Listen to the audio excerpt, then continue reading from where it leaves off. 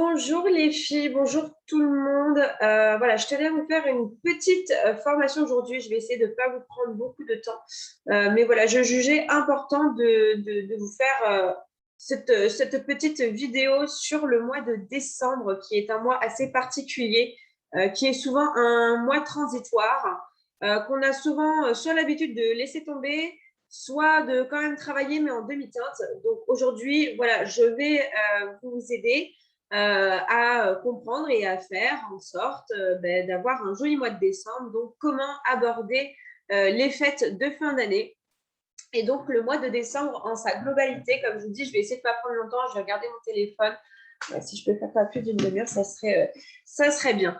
Donc, votre mot d'ordre pour le mois de décembre, même si on est déjà le 10, c'est pour ça que là, il fallait que je la fasse tout de suite. Maintenant, je n'ai pas eu le temps avant, c'est une catastrophe. Aujourd'hui, j'ai le temps. C'est parti. Donc, votre mot d'ordre pour le mois de décembre, ça sera anticipation. Il va falloir vraiment anticiper, voir les choses dans l'avenir pour ne pas se retrouver en fait sans rien au mois de janvier, à se dire comment on fait. Voilà. Il faut savoir que c'est un mois qui est très important parce que, comme je vous ai dit, c'est un mois qui est transitoire et en fait, en janvier, il faut savoir que, je pense que vous le savez parce qu'on est un peu tous comme ça, c'est la nouvelle année, c'est les bonnes résolutions, on a envie de changement dans nos vies, que ce soit tester des nouvelles choses, que ce soit changer de job, que ce soit de faire un bébé, que ce soit de se marier, que ce soit d'envoyer chier tout le monde, que ce soit de se dire je ne serai plus la bonne poire, de se dire voilà. Bon, vous le savez, le mois de janvier, c'est le mois du changement et du coup, il faut en profiter. Le mois de décembre est un très, très beau mois pour justement être au taquet sur janvier. Donc, on va voir ça étape par étape. J'ai toujours mes petites notes, j'avoue, je les ai faites un peu à l'arrache, mais c'est pas grave. De toute façon, vous savez comment je travaille. Des fois autant c'est bien calibré et des fois, c'est la parole, elle parle. L'âme parle d'elle-même.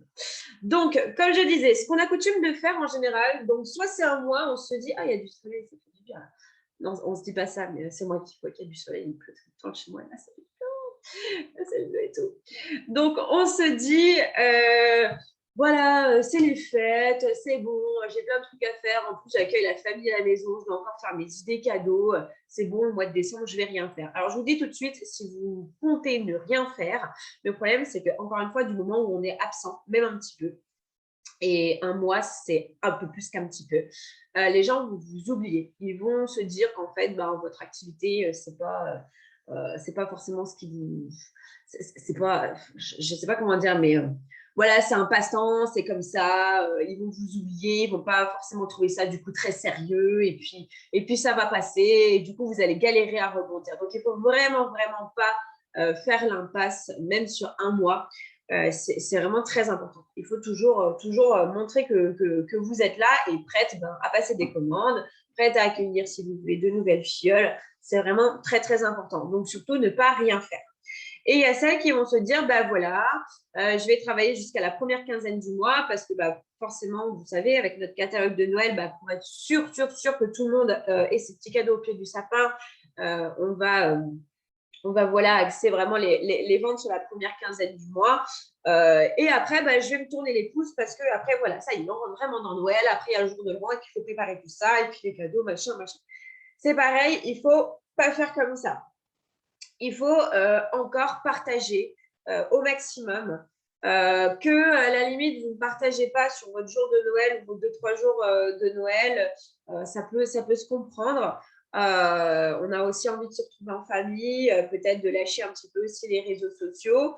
Ça ne veut pas dire que j'encourage à faire ça, mais ça veut dire que ça peut se comprendre et qu'il y a pas mal de personnes qui vont faire ça. Donc, disons qu'il n'y aura pas mort d'homme si vers le 23, le 22, le 23, le 24 ou non, c'est le 25, ouais. Le 24, le 25, le 25, moi je vais y arriver. Le 24, le 25, le 26, vous n'êtes pas hyper présent, c'est pas grave, on ne vous en voudra pas. Mais il faut jusque-là partager encore un petit peu et même après, il ne faut pas se dire après je ne fais plus rien. Donc, si vous ne voulez pas vous casser la figure, le fait de ne rien faire ou de travailler juste jusqu'au 15, c'est vraiment à proscrire. Je suis dans mon temps. Ok, très bien. Donc, la première étape, ça va être, ça je vous l'avais déjà parlé un petit peu en Zoom d'équipe, mais là je voulais vraiment aborder plusieurs sujets, de mettre le paquet sur le chiffre d'affaires de décembre, du 1er à la première quinzaine du coup de décembre. Ça va être vraiment le moment où vous allez faire votre maximum de chiffre d'affaires. Donc, pour ce faire, je ne vais pas vous dire à chaque fois votre communication, ce que vous devez faire, etc. Je pense que maintenant, je vous ai donné assez d'outils dans nos autres formations. Je vous ai donné assez d'idées pour vous montrer ce que vous pouvez faire. Mais voilà, programmer une, voire deux commandes groupées. Moi, je fais une seule commande groupée ce mois-ci. Je la passe le 12. J'aurais pu la faire le 15. Mais voilà, j'ai décidé, ça sera dimanche 12, ça sera dimanche 12. Et encore, je suis même pas sûre que dimanche, ça sera le 12. Mais je crois que c'est ça. Donc, programmez une commande groupée, que vous ayez déjà des commandes en vue ou que vous n'en ayez pas. Regardez. Essayez d'aller, encore une fois, vers les gens sans les harceler, sans faire de forcing, parce que ce n'est pas du tout le but. Parlez de votre utilisation des produits, parlez que vous allez faire une commande groupée, parlez que, enfin bref, encore une fois, je ne vais pas refaire toute notre communication, mais voilà. Donc, axez vraiment notre communication jusqu'au 15 sur les produits de Noël, plus éventuellement, n'oubliez pas quand même de parler du catalogue d'hiver, qu'il n'y ait pas des personnes qui pensent que vous prenez commande que pour le catalogue de Noël et que le catalogue automne-hiver, ben, c'est pas maintenant. Ou... Non, n'oubliez pas quand même d'en parler. Mais c'est vrai que jusqu'à la première quinzaine, on axe encore vachement sur notre catalogue de Noël. N'hésitez pas à faire un atelier, allez, un petit atelier, un live, surtout pour celles qui n'en ont pas fait au mois de novembre. Faites un atelier ou encore pour les filles qui viennent d'arriver. Ça sera une super occasion de faire découvrir le secret de miel. Parce qu'en plus, Noël, voilà, on a des éditions limitées gourmandes qui peuvent se déguster et on sait que les gens, ils adorent manger et en plus, ce qu'on propose est excellent, est artisanal, est 100% français. Donc, c'est que du bon et du coup, ça peut faire une très, très belle entrée en matière. Si là, vous avez l'occasion de faire un petit atelier, ça serait vraiment, vraiment, vraiment l'idéal. Et du coup, il va falloir tout simplement contacter toutes les personnes qui ne vous ont pas acheté au mois de novembre. Parce que souvent, celles qui ne vous ont pas acheté au mois de novembre, c'est que elles ne pouvaient pas, elles ont fait leur cadeau sur le mois de novembre. Du coup, le budget n'était pas forcément en accord avec ça. Du coup, elles ont eu leur paye pour décembre. Donc là, c'est bon, les cadeaux de Noël sont passés. Donc, il y a plus de budget sur décembre. Il y a tout simplement des personnes qui aiment bien faire leur cadeau un petit peu à la dernière minute. Donc voilà, celles qui ne vous ont pas commandé en novembre, et vous les mettez sur décembre. Moi, je sais que là, voilà, j'ai déjà programmé un petit peu ma commande groupée à venir. J'ai de noter juste ici les prénoms des clientes qui ne m'ont pas acheté au mois de novembre et que je sais qu'elles voulaient éventuellement des petites choses ou qui voudraient potentiellement des petites choses. Donc, voilà, tout simplement, c'est bien beau d'avoir marqué que je vais faire une commande groupée sur un groupe Facebook, etc. Non, je vais également les contacter en message privé. Après, vous faites message, Facebook, Messenger, Instagram, téléphone, c'est vous qui voyez, le téléphone restant vraiment le meilleur outil.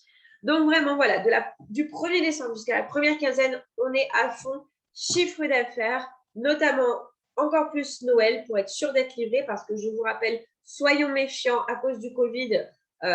C'est pas Secret de Miel qui a la main là-dessus. Malheureusement, les transports des marchandises, donc les transporteurs peuvent avoir des retards à cause du Covid si jamais il y a trop de... Moi, je ne sais pas comment ça se passe dans leur logistique, mais vous savez que l'année dernière, par exemple, il y avait beaucoup, beaucoup de problèmes, même avec la poste et tout, on a galéré à recevoir nos lettres, nos colis, tout ça. Donc, prenons les devants, soyons méfiants, c'est pour ça qu'on dit, voilà, jusqu'au 15 décembre, tu peux être sûr de recevoir ton colis. Au-delà, normalement, oui, parce qu'on est livré sous 3 à 5 jours ouvrés, donc c'est vraiment rapide. Mais par contre, voilà, c'est sans garantie aucune si jamais il y a des soucis à cause de ce foutu Covid. Donc ça, c'était pour le petit 1. Ensuite, à partir du 15, vers le 15, 14, voire même le 13, à partir du 13, donc c'est-à-dire d'ici sous peu, vous allez faire ce qu'on appelle une espèce de transition, une transition de vente et une transition de recrutement. Donc, il va falloir commencer, comme je vous ai dit, à parler vraiment des produits de la saison. Là, on a vachement axé notre communication autour des produits de Noël. On a fait blâmer les photos de Noël. pour celles qui vont sur Instagram, vous avez vu, hein, je suis à fond Noël. Maintenant, on va recommencer à reprendre notre petit catalogue automne-hiver, surtout que nous arrivons en hiver. Donc, on va commencer à reparler voilà, des produits pour les défenses naturelles, pour booster ces défenses naturelles, autant pour les enfants que pour les adultes, des produits SOS pour se soigner, de la gelée royale pour booster sa vitalité, voilà, la propolis pour se soigner, etc. Donc, vraiment, commencez un petit peu à amorcer comme ça sur notre catalogue à l'année, republier vos petites cures que vous faites. Je ne sais pas si vous prenez des immunocomplexes tous les matins ou même les soins, hein, que dis-je.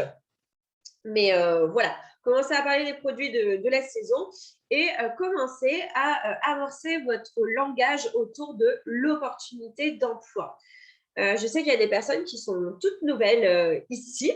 Il y a un côté de moi qui vous dirait que voilà, recruter tout de suite, ce n'est pas forcément bien parce que, entre guillemets, vous n'êtes pas encore hyper à l'aise avec la société. Vraiment, vous débutez. Le rôle du marraine, c'est vraiment d'être inspirante, d'inspirer, de quand même amener les filleules là où elles ont envie d'aller. Mais d'un autre côté, voilà, moi, ce que je vous propose, c'est de faire ce qu'on appelle la nourrice. Je prends en charge dans un premier temps, si vous avez, en fait, il ne faut pas non plus vous fermer les portes, il ne faut pas vous fermer les opportunités. Si demain, vous avez une copine qui vient vous dire qu'est-ce que tu fais, ça a l'air sympa, ça m'intéresse, vous ne dites pas, non, moi, je ne me sens pas, je ne recrute pas, je débute, machin. Voilà, vous venez m'en parler, on en parle ensemble et on voit ce qu'on peut faire. Moi, je peux très bien m'occuper de cette personne et vous la rendre après sans souci dès que vous vous sentez capable de l'accueillir au sein de votre équipe. Ça me fera très plaisir. Encore une fois, c'est votre réussite est également ma réussite. Le principe même que chacun atteigne ses objectifs, c'est vraiment la clé, que vous vous sentiez bien et pas le couteau sous la gorge. Donc voilà, commencez à parler opportunités d'emploi dans votre langage, que ce soit en présentiel, donc sur le terrain, et que ce soit sur les réseaux sociaux. En parler à Pierre-Paul Jacques, je me suis lancée dans une nouvelle activité, ah bon, c'est quoi, je fais ci, ça, voilà. Sur les réseaux sociaux, encore une fois, je ne vais pas revoir, je vais recevoir un message de Nounou, excusez-moi, c'est Nounou, tu as toujours le cœur qui palpite. Oh, ma bichette. Ouh. Non, c'est bon. Elle est au relais d'assistante maternelle, elle est avec d'autres enfants. Elle fait des parcours de motricité. Trop bien. Bon, il n'y a pas un grand sourire, mais je suis contente. Bref, excusez-moi. Maman, bref, je sais plus où j'en étais. Vous voyez, voilà. Quand on parle de ma fille, tout de suite, après, je suis toute chamblée. Comment Oui, donc, sur les réseaux sociaux, vous voyez comment je fais, comment je parle. Il ne s'agit pas, encore une fois, de dire que vous recrutez. En fait, ce n'est pas bien. Déjà, vous offrez une opportunité d'emploi, ce n'est pas pareil. Et il ne faut pas le présenter comme tel. Il faut parler que vous êtes bien dans la société parce que vous l'êtes, évidemment. Il ne s'agit pas de mentir, encore une fois. Toujours sincérité, je vous le rappellerai à chaque fois, sincérité, honnêteté. Sans ça ne marchera pas. N'hésitez pas à montrer vos mails, les cadeaux que vous avez eus, les challenges que vous avez réussi, ceux dont vous êtes fiers, les commandes groupées que vous avez eues, vos commissions, le partage, la famille que nous sommes, ou je ne sais pas, mais parlez vraiment en global, que vous êtes bien là où vous êtes et fiers d'y être. Voilà. Et en fait, à force d'en parler, ça viendra à vous. Le recrutement, c'est souvent on me demande mais comment tu fais? Je vous en ai déjà parlé dans une vidéo et j'arrive parce que mon PC va s'éteindre, j'ai plus de batterie. Excusez-moi. La meuf, elle est super organisée, vous aurez remarqué. Alors. En attendant, vous pouvez admirer ma collection juste derrière de Tassimo. Hop là. Tac.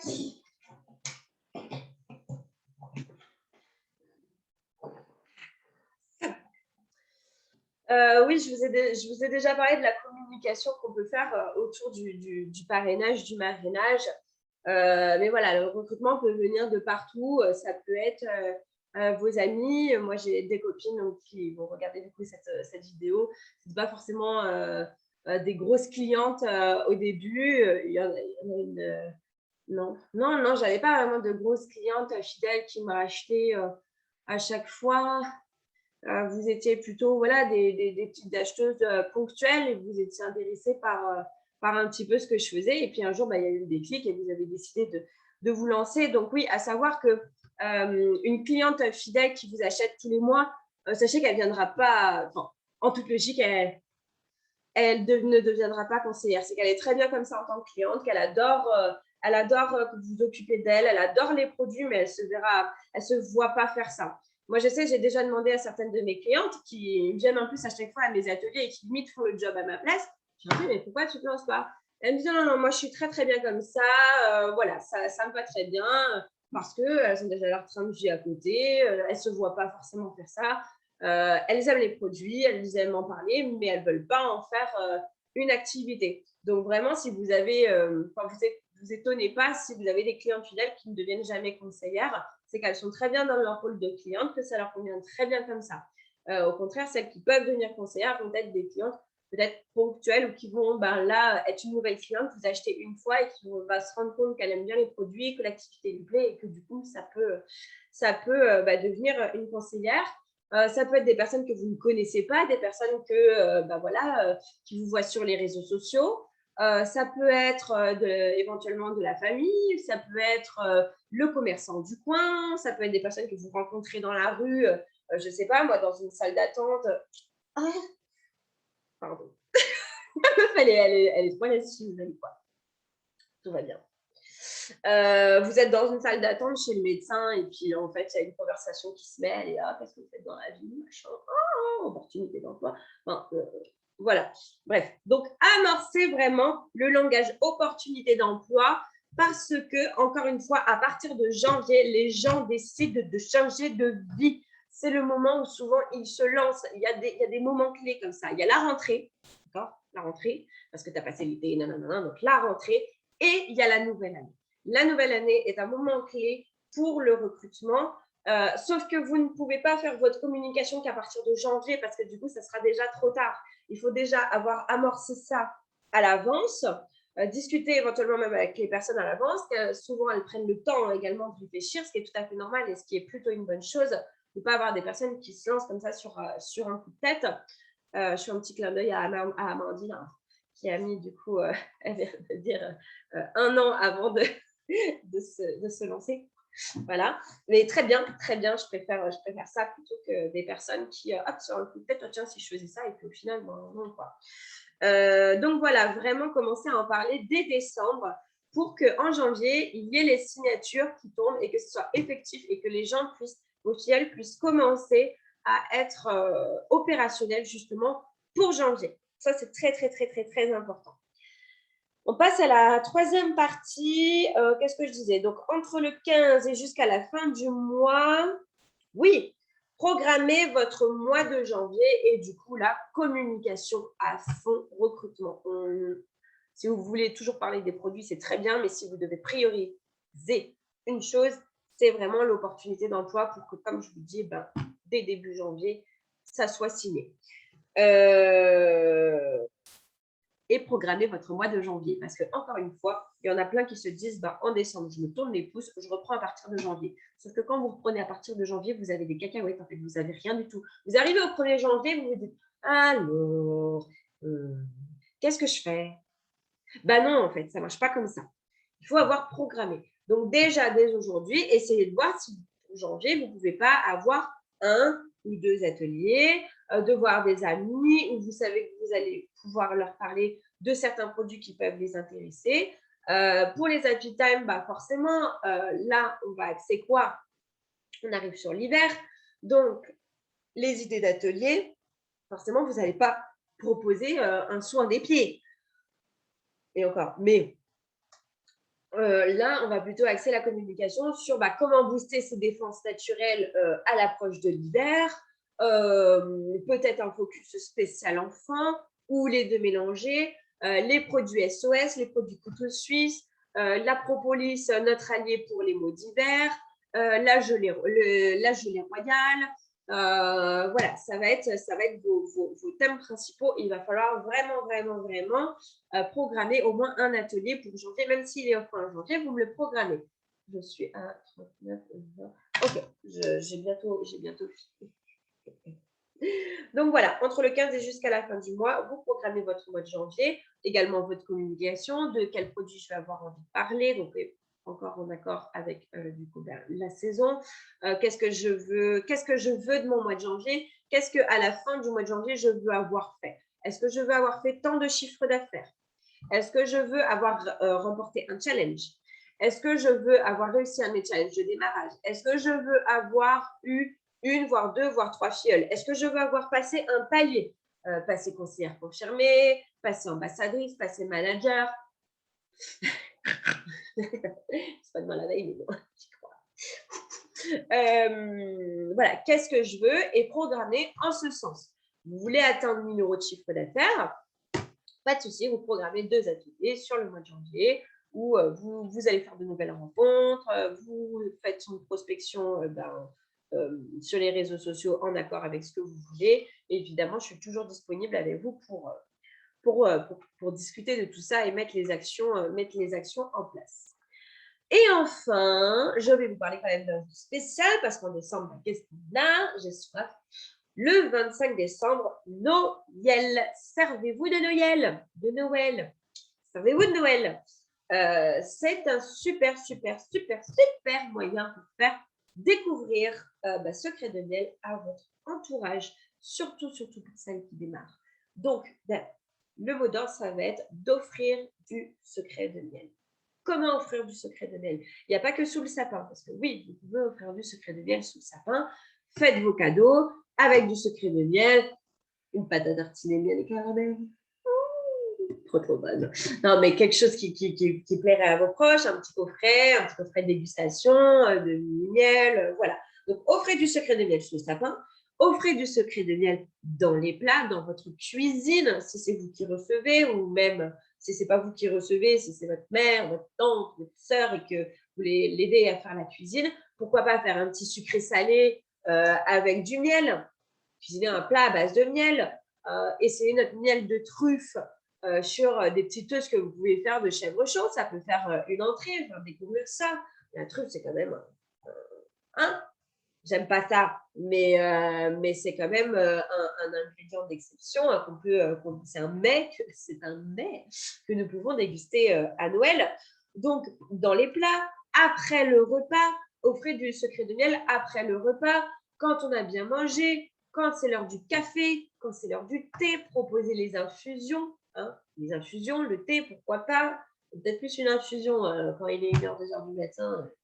Voilà, et qu'on a bien bu du champ, donc une infusion, du café et pourquoi pas un petit kaki miel et rhum ou un petit pain d'épices framboise chocolat. Vous découpez des petits carrés, vous mettez ça dans une assiette et vous faites goûter. Avec le café, il faut toujours manger un petit quelque chose. En général, c'est du chocolat.